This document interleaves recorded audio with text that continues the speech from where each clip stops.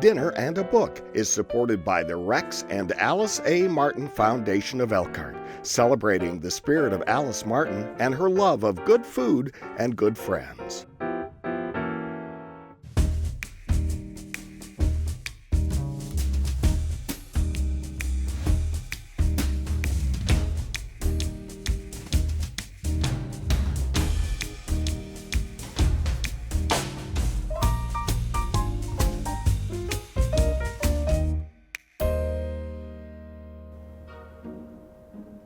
Richard Feynman thrived on physics, his bongo drums, and painting. It was a life of eccentric glory, a combustible mixture of high intelligence, unlimited curiosity, and raging chutzpah. For me, Feynman stood out when he was one of the scientists to discover why the Challenger space shuttle blew up in the late 1980s, killing all on board. Our book is Surely You're Joking, Mr. Feynman, Adventures of a Curious Character, a series of essays by Feynman. And joining me is Doug Farmwald. Hey, welcome. Hi, Gail. Good to have Welcome you. back. There's nobody better to describe this man, Feynman. And you suggested this book. I did. I've always kind of liked Feynman. He was famous not simply as a physicist, although he was a Nobel Prize winner for his work on quantum electrodynamics, which I know how to say it, and I don't know anything else really about it. Well, that's good. And then quantum chromodynamics, which I know even less about. Ooh. But he was also famous as a teacher at Caltech.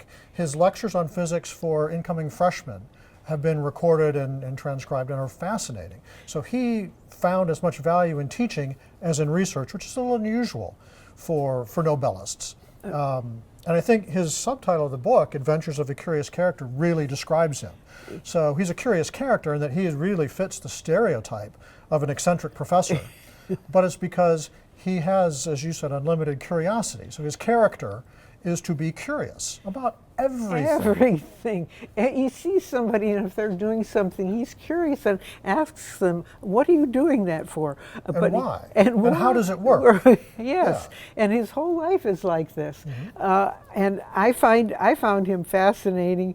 I imagine he could be a bit of an irksome person too. He could, especially to people in hierarchy and positions of authority, because he didn't automatically oppose every rule, but if it didn't make sense to him, Yeah. he's not following it. Even when he was talking about his Nobel Prize, Right. certain things he didn't want to talk about because it didn't make sense and it wasn't Right. important. It's not interesting. Yes. So he really drove So- his own ship, Well, didn't he? and his next book that Yeah. takes the second half of his life is called Why Do You Care What Other People Think?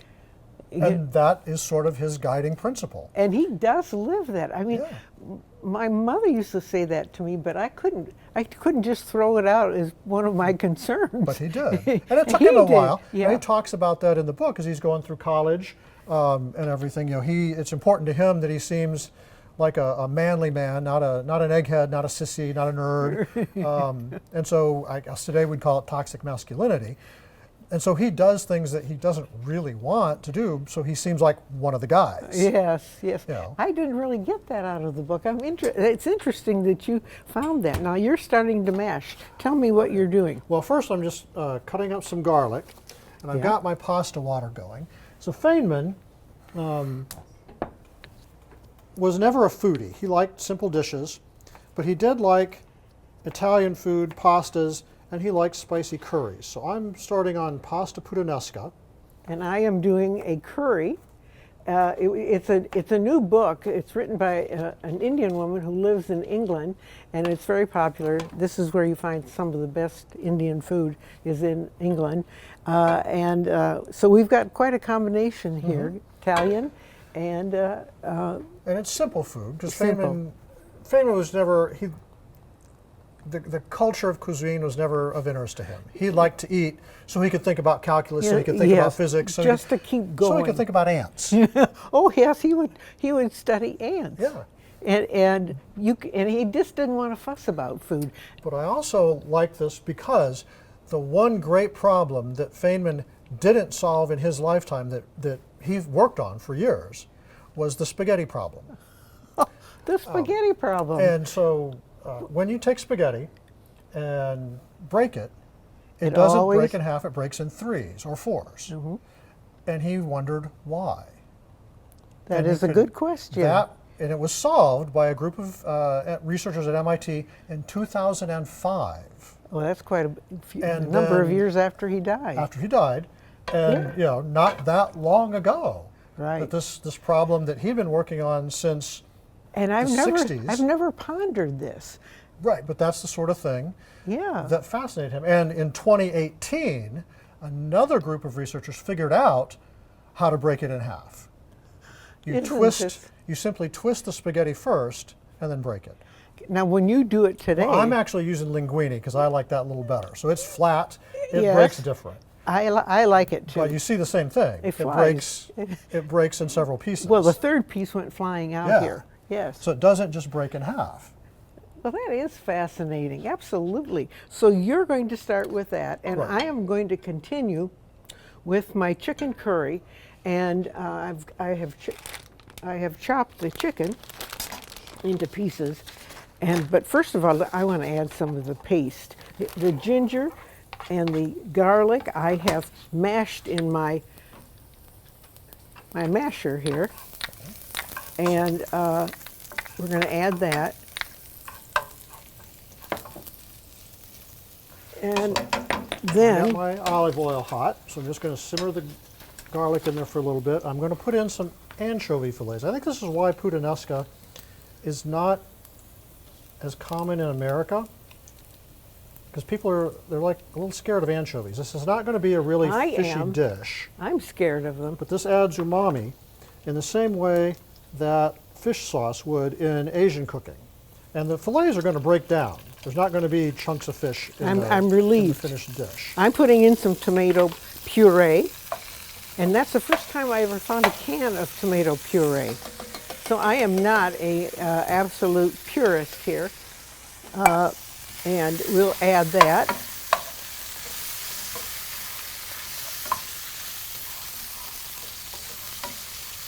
And then I'm going to add some of the, I love this tomato paste, about 2 tablespoons. I just love, I can smell them. I really can. But you see, they're already breaking down. And so we're just going to do that until the garlic is nice and golden brown.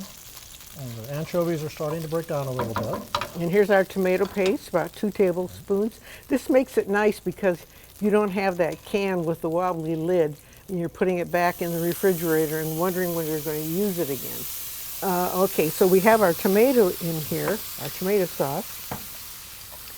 And we have onions that we've cooked. And some ground, we're going to add some ground cayenne, just a little bit. This stuff is surprisingly strong. And I'm adding some capers and Kalamata olives, just letting them sizzle just a little bit. And this is the sort of the briny element. And we're going to put in a can of crushed tomatoes. And you can use chopped tomatoes, diced tomatoes, they'll break down as well. But I just like crushed, it's a little quicker. And we're just going to let that simmer a little bit. And somehow my turmeric has walked off the table here. But anyway, we will find it and add it a little later. So we've added some paste to the onions, tomato paste, and some pureed tomatoes, and then ground cumin, and then I'll find my turmeric. It is hiding. And then we'll add some yogurt. Oh, there it is. Thank you. Yes. I love turmeric, and I'm going to add that to the rice to make a golden turmeric. Yeah, golden rice. It has a nice earthy flavor as well. It's not simply the color. And it's good for you. It's a good, healthy spice. All right. So now we start with him in his early life, Rockaway Bay in New York, and he seems to go to every good school. He's at MIT. That's his first college. MIT, Princeton, Caltech, Cornell. His first professorship was at Cornell. He was offered a position at the Institute for Advanced Study with Einstein and that level of physicist. So he was no schlump. You know, if you're offered a job with Einstein, that's pretty good, isn't it? Yeah, and in fact, and he tells a story in his book, his first lecture as a grad student that he had to give as a seminar, Einstein showed up. And he was very intimidated, but he got what he says, once he started talking about physics, it was okay. It was okay. But Hans Bethe was there. Hans Bethe was sort of his mentor, another famous physicist. So he met Oppenheimer. Yes. He met Enrico Fermi.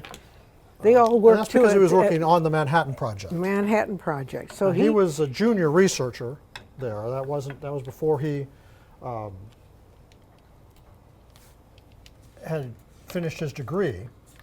What I think is really interesting is he was deferred from the draft because he was working on the Manhattan Project.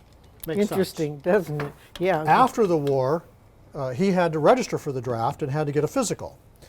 And he tells a story in the book. He ended up being deferred for psychiatric reasons. He was 4F for psychiatric reasons. And how did that happen? Because he didn't really want to join the Army.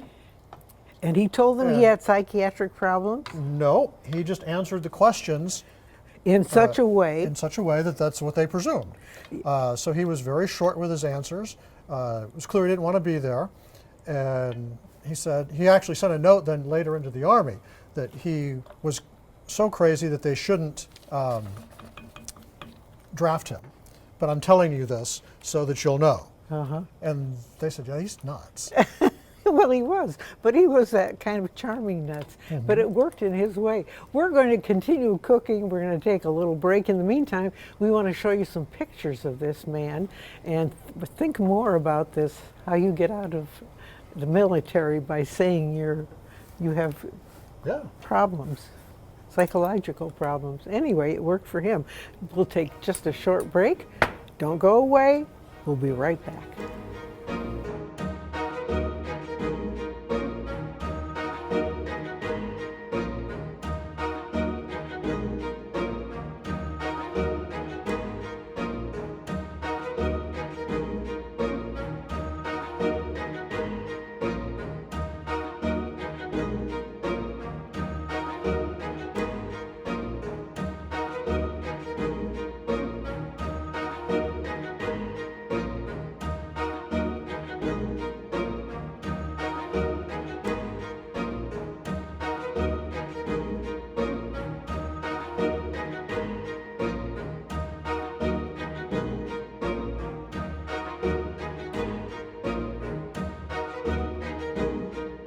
That's looking very nice. So yeah, you can see the sauce thickens up a little bit. Yes. And I think Americans don't think this, or they don't adopt this as often because it uses unusual ingredients, the anchovies and the capers. Yes. But those just build the flavor base. So I cook my pasta. We're just going to put that right in there and just toss it.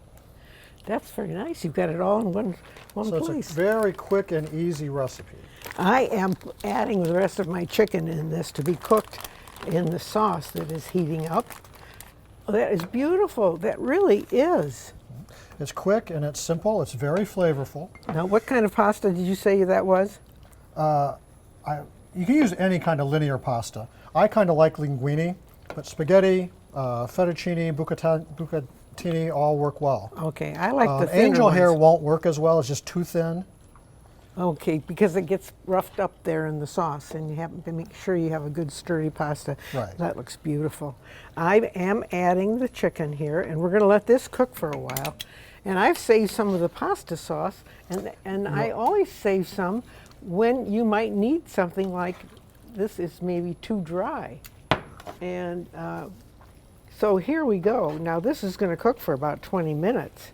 So it's going to gently cook. I've got to put the lid on. I'm just going to leave mine on low heat. And while that does, we'll have a bit of refreshment. Oh, let's refresh. So, now It's Feynman time. didn't drink much. I could see that when I went once back in- to read the stories. Once in a while he did.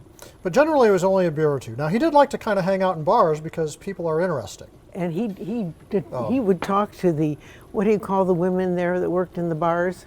Some of them were entertainers. Right. So he liked to sketch women. Yes. And we would hang out at strip clubs. Yes. He also hung out, at other places, and he did like to eat out. So he actually came up with another formula to determine what dish to try on the menu. Oh. So he said the problem was, if you go in to a restaurant that you regularly go visit, they've got 25, 30 dishes on the menu. Yes. How do you get the best one? Because all you know is what you've tried. Yes. And so if you try 2 dishes, okay, I like A better than B. Do you have to try every dish? And then you end up eating all the ones you don't like to find the best one. He actually came up with a formula to determine how many to try. That's his restaurant problem. And it involves integrals and more effort than I'm willing to put into a restaurant menu. But basically it comes down to, you try about 1/4 to 1/3 of the menu. And then out of whatever of those that you like best, just come back and order that. I think his mind was active all the time. Yeah. And he needed very to be much. solving things. And cheers to you and your wonderful We're just having a nice Puttanesca. Pilsner, Yes, a nice Pilsner, a Czech which Pilsner. goes well with Puttanesca, because this is kind of rich and has a hearty flavor. This and takes it kinda on. Clears the palate and cleans that Clears out. the palate. That's what we want. Yes. And this is a good one.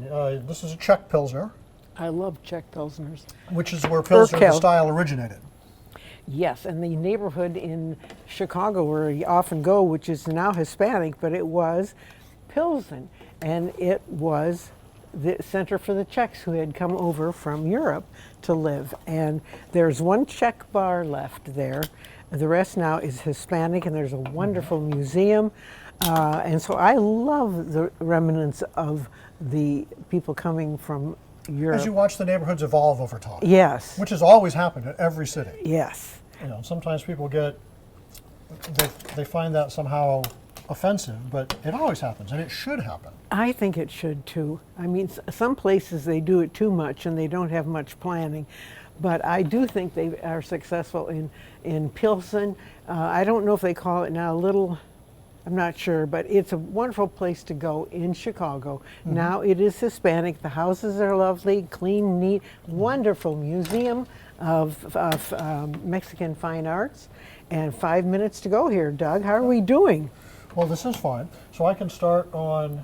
You're going to do a little salad, I'm aren't actually you? do a little salad to go with this. I'll do Good. the pasta first so the salad doesn't wilt. So let me. And I have some that. rice I have cooked, and I think I'll open the bag and add some turmeric. Turmeric is good for your health too. My husband takes it periodically. So if you put some in your rice, just about a teaspoon, it adds color and it adds a good natural ingredient for your health. Now I have to worry about getting this out of the bag. I thought it would slip out of the bag. It's slowly coming.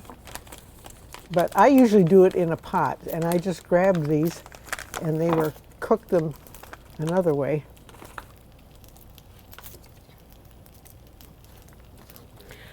So, what would you talk to him about? What, if you met him, what would you say to him besides, hello, I'm Doug Farmwald? Well, I'm not even sure I would say that because that's not going to mean anything to him.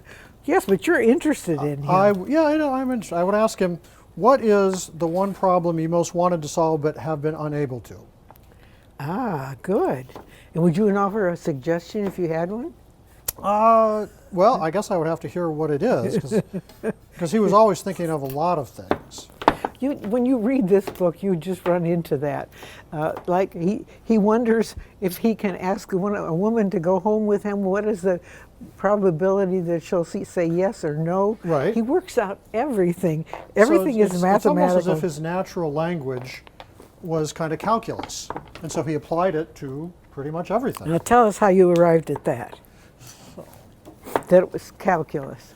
So I just chopped a little shallot to put in the salad, and I'm just using spinach and arugula. Good. And this is easy to grow at home if you want, but this being November in Indiana, You have to buy it, you have don't to buy you? it. And this is kind of stuck Now, together. the salad so is pretty easy. What I'm I'm actually going to make for this is the vinaigrette. You're going to make the sort of like the French way with. So You're using rice vinegar, I'm using rice vinegar because it's a Okay. little more tart. and then you have the German or Swiss, Some Dijon mustard. and they always make it hard to open those, don't they? They do. So I cheat.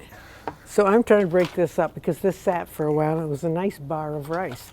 And then I added some of the liquid from the pasta. Make sure this isn't burning. I want to turn it down. Somehow I don't trust any heat near my food. Now, I just wanted to get that broken up a little bit. And we will put in about 1/8 of a teaspoon of turmeric. This is long grain. And I really like the round grain better. I like a basmati rice. But let's see what we can do here. Let's see what kind of damage we can do. So, as I said, about 1/8. And for the So I will stir it, and you will see it will be colorful. It adds a nice flavor. And you know, you can would you serve this as passing it around or a buffet, I would serve that sort of family style. which means passing it around? You know, I've gotten to the point where I don't do that anymore. I like people to get up and go to my buffet, Yeah. and it makes it easy. Now, this doesn't have as much color as I thought, so I'm going to add some more. So I am just stirring up the vinaigrette. Now you notice I don't measure a lot. Just keep the proportions the same. So about 3 parts oil to 1 part vinegar or citrus Yes. will get you about the right balance. I keep Put adding a few tomatoes. because I want it bright orange. And then we'll just add the vinaigrette right over the top. I think we're in pretty good shape, don't you? I think We've it's got about a time to minute, eat. and we're going to take a look at some pictures, and we're going to take a look at the menu, and then we'll come back to talk more about Richard Feynman. And I think I would just stare at him if I met him. I can't imagine. I haven't taken all these advanced mathematics courses. But even Feynman himself would often say that you have to go back to the basics. And so he really kind of believed that there was no dumb question. Oh, Yeah. that's great. We're going to take a short break, take a look at our menu, and then we'll invite you to our meal.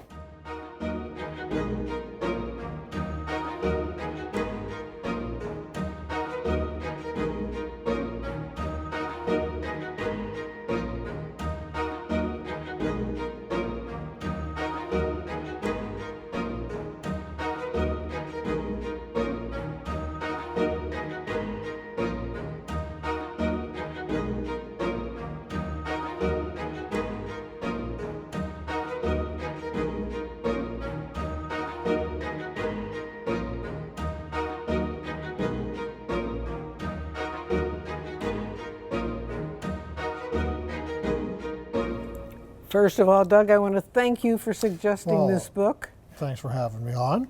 Feynman is an interesting character. He is a character. He is. He truly is. He's smart.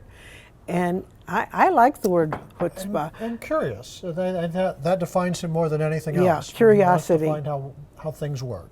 And fortunately, he knew, you know, he chaired that committee that tried to decide what happened to the. And really more confirmed that the engineers knew what the problem was. They were just overruled by executives. Executives that wanted it And done. Feynman confirmed it. They were right. It was the O-rings. It was, in fact, too cold. And we're talking about the explosion of the Challenger back in the late 80s. Anyway, I loved the book. I find him fascinating. There are several other books that I want to read. Right. And The next book that he wrote was Why Do You Care What Other People Think? He wrote one called The Pleasure of Finding Things Out, which defines him.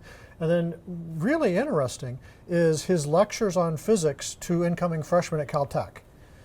because that's where he's teaching. And so when he writes autobiographies, he's self-consciously writing about himself, Yes. knowing that someone else is going to read it.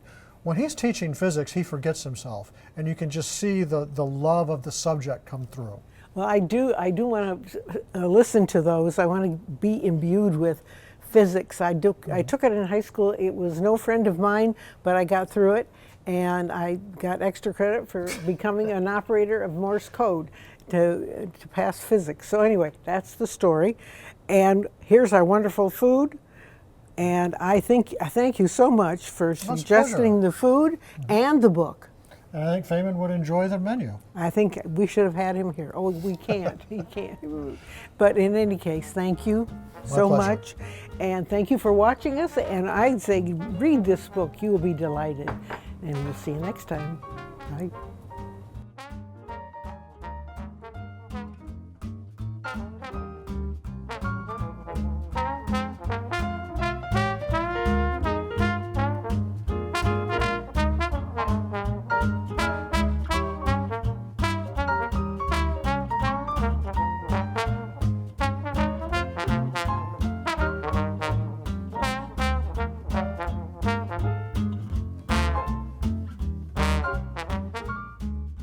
This WNIT local production has been made possible in part by viewers like you. Thank you. Dinner and a Book is supported by the Rex and Alice A. Martin Foundation of Elkhart, celebrating the spirit of Alice Martin and her love of good food and good friends.